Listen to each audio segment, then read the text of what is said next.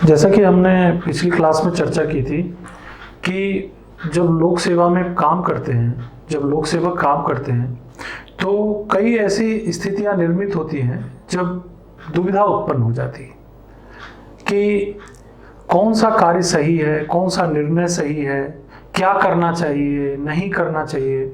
ऐसी दुविधा की स्थिति कई बार उत्पन्न हो जाती है और लोक प्रशासन में काम करते हुए इन नैतिक दुविधाओं को हल करने के लिए हमें बार बार नैतिक तर्कों की मदद लेनी होती है, जिसका हमने पिछली क्लास में जिक्र किया था। तो नैतिक तर्कों की मदद हमें कैसे लेनी है, किस क्रम में लेनी है, नैतिक दुविधा को कैसे समाप्त करना है, क्योंकि ये नैतिक दुविधा प्रशासनिक कार्य कुशलता में बाधा उत्पन्न करती है, भ्रष्टाचार को भी बढ़ावा देती है। बहुत सारी समस्याएं प्रशासन में इन नैतिक दुविधा के उत्पन्न होने के कारण ही होती है। इसीलिए नैतिक तर्क और नैतिक दुविधा एक दूसरे के लिए बहुत आवश्यक है। नैतिक दुविधा उत्पन्न होना एक स्वाभाविक बात है, लेकिन उस दुविधा को दूर करने के लिए नैतिक तर्कों की मदद लेनी भी जरूरी है। हमारे बहुत सारे ऐसी कहानियां हैं, बहुत सारे हमारे पास ग्रंथ हैं जहां पर कि नैतिक दुविधाओं की स्थिति उत्पन्न हुई है और उन्हें तर्कों की मदद से, नैतिक तर्कों की मदद से हल किया गया है। एक बहुत बड़ा उदाहरण आप महाभारत में ही देखते हैं कि जब अर्जुन कुरुक्षेत्र के मैदान में युद्ध के लिए जाते हैं और जब कौरवों की सेना और पांडवों की सेना आमने सामने होती है, उस स्थिति में एक दुविधा की स्थिति उत्पन्न होती है और अर्जुन कहते हैं कि अब हमें युद्ध लड़ने की कोई जरूरत नहीं। क्यों? क्योंकि हम किससे युद्ध लड़ने जा रहे हैं? क्या हम भीष्म पितामह से युद्ध लड़ने जा रहे हैं? क्या हम अपने जो हमारे जो सगे संबंधी हैं, हमारे जो भाई हैं, हमारे जो इतने हमारे निकट के जो लोग हैं, हम उनके खिलाफ युद्ध लड़के और जीत के हमें क्या मिलेगा? नहीं, हम युद्ध नहीं लड़ेंगे। ये एक डायलेमा की स्थिति हो गई। भगवान कृष्ण ने उन्हें समझाया कि यहां पर आप जिस दुविधा में फंसे हैं एक स्वाभाविक बात है, लेकिन महत्वपूर्ण क्या है? महत्वपूर्ण यह है कि आपको अपना कर्तव्य पूरा करना है। आपको उन तर्कों की मदद लेनी है जिसके लिए आपका जन्म हुआ है, जिस उद्देश्य के लिए आप यहां पर आए हो, वो ज्यादा महत्वपूर्ण है। न कि ये सोचना कि हमारे सामने हमारे भाई हैं, हमारे पिता हैं, हमारे पितामह हैं। अगर ये सोच के आप यहाँ पर काम करोगे तो आपको सफलता नहीं मिलेगी। बेहतर ये होगा कि जो तर्क है, जिस उद्देश्य को पूरा करने के लिए आए हैं, उस उद्देश्य को पूरा करने के लिए जो लॉजिक है, जो कानून है, जो नियम है, जो तौर तरीके हैं, उसके आधार पर आप काम करो। और भगवान कृष्ण ने उनको समझाने की प्रक्रिया में इतनी सारी बातें बताई जिसका कि हम लोग गीता में अध्ययन करते हैं। तो वो नैतिक तर्कों का एक सर्वश्रेष्ठ उदाहरण है। इतना ही नहीं, अगर रामायण पढ़ते हैं उसमें भी आपको कई उदाहरण मिलेंगे।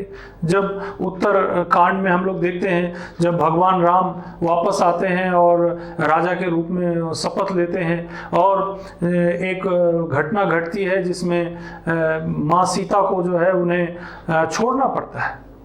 और वहां पर भी आप अगर देखेंगे तो भगवान राम ने नैतिक तर्कों की मदद ली और अंततः माँ सीता जो है वन में चली गई। और वहां पर उन्होंने उन तर्कों की मदद से ये साबित किया कि जो निर्णय उन्होंने उस समय लिया वो सही था और राज्य के हित में था, और एक व्यक्ति के रूप में जो उन्होंने निर्णय लिया उस व्यक्ति और समाज के हित में था। तो लोक सेवा में काम करते हुए भी हमें कई बार ऐसे नैतिक तर्कों की मदद लेनी होती है जिससे कि हम उन नैतिक दुविधाओं से बाहर आ सकें। अब यहाँ पर जैसे परीक्षा के दृष्टिकोण से देखें तो नैतिक दुविधा को कैसे एक्सप्लेन करेंगे? तो निर्णय में दो या अधिक नैतिक सिद्धांतों में टकराव का पाया जाना नैतिक दुविधा है।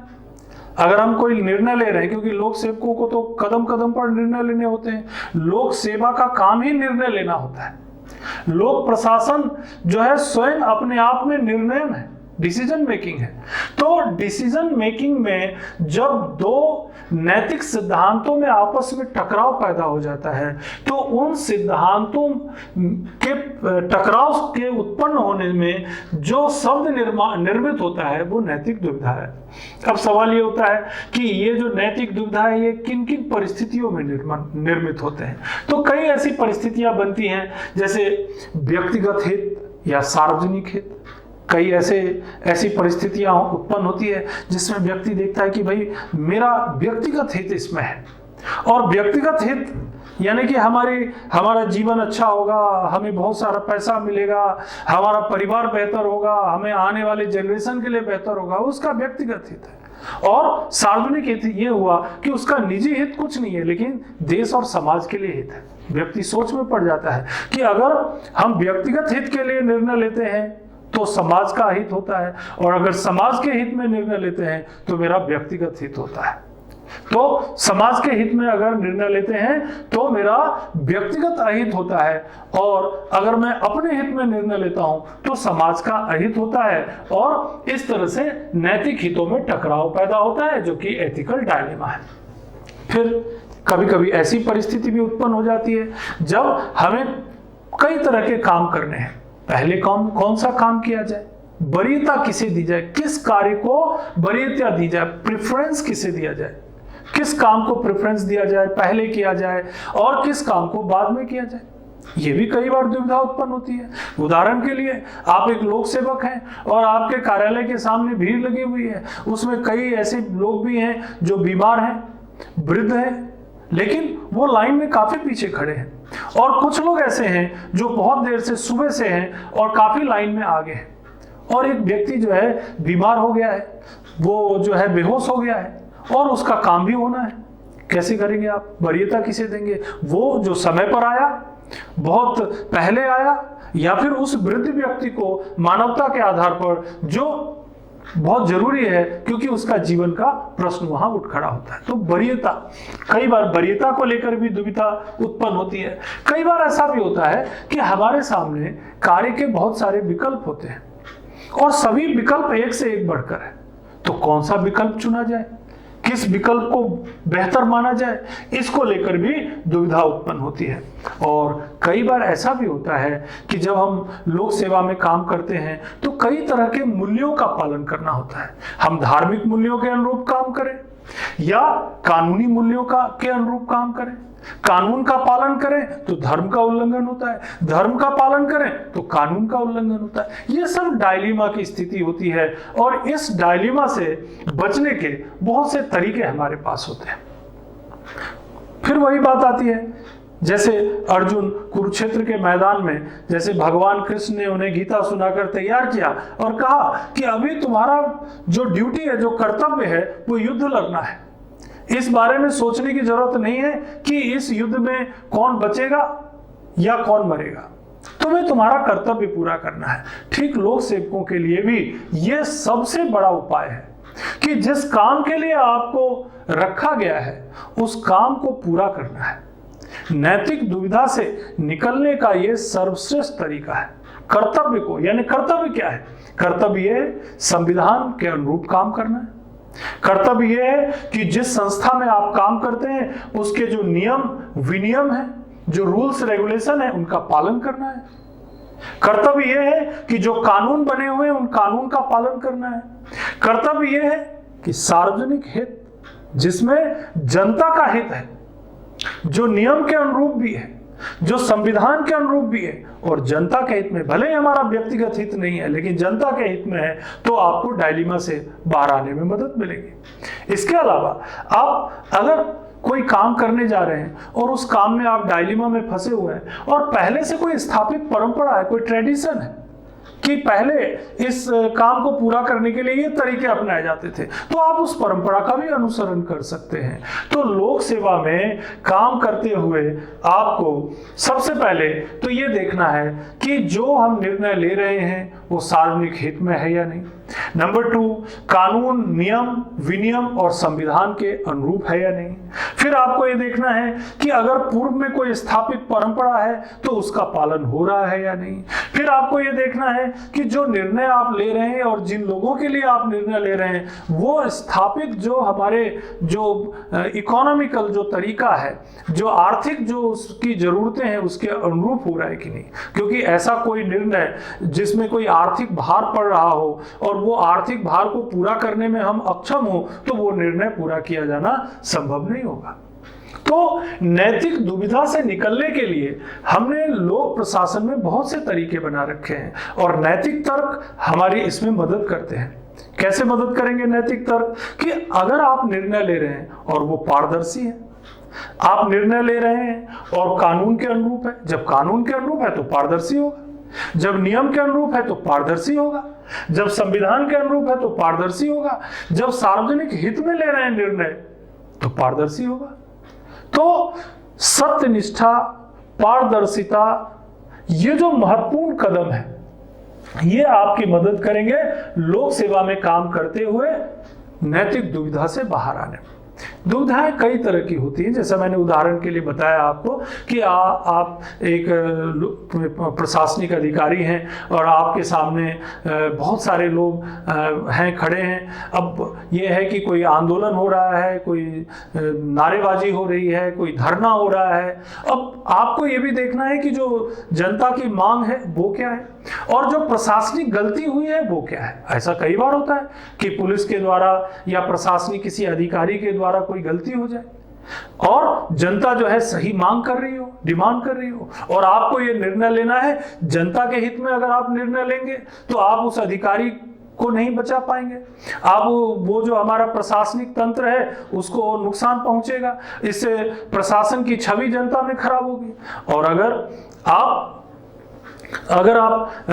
जनता के अगेंस्ट निर्णय लेते हैं, उस प्रशासनिक अधिकारी को या उस लोक सेवक को बचाने का प्रयास करते हैं तो जनता और आंदोलित हो जाएगी। अब ये दुविधा की स्थिति होगी।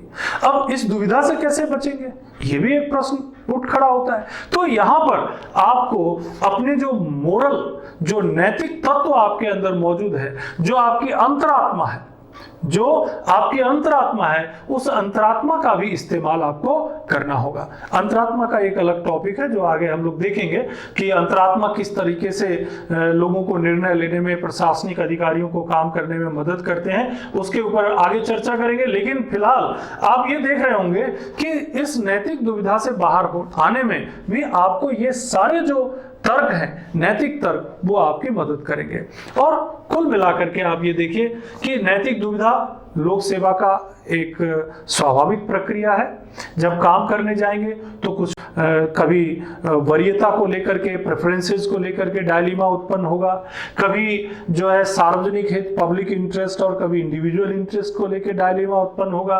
कभी ऐसा होगा कि भाई हमारे पास बहुत सारे ऑप्शंस हैं काम करने के और उसको लेकर के भाई एक ऑप्शन आपने अडॉप्ट किया, उसमें खर्चा बहुत ज्यादा है, अच्छा लेकिन उसमें खर्चा बहुत ज्यादा है, गवर्नमेंट जो है उतना उसमें बजट नहीं दे सकती।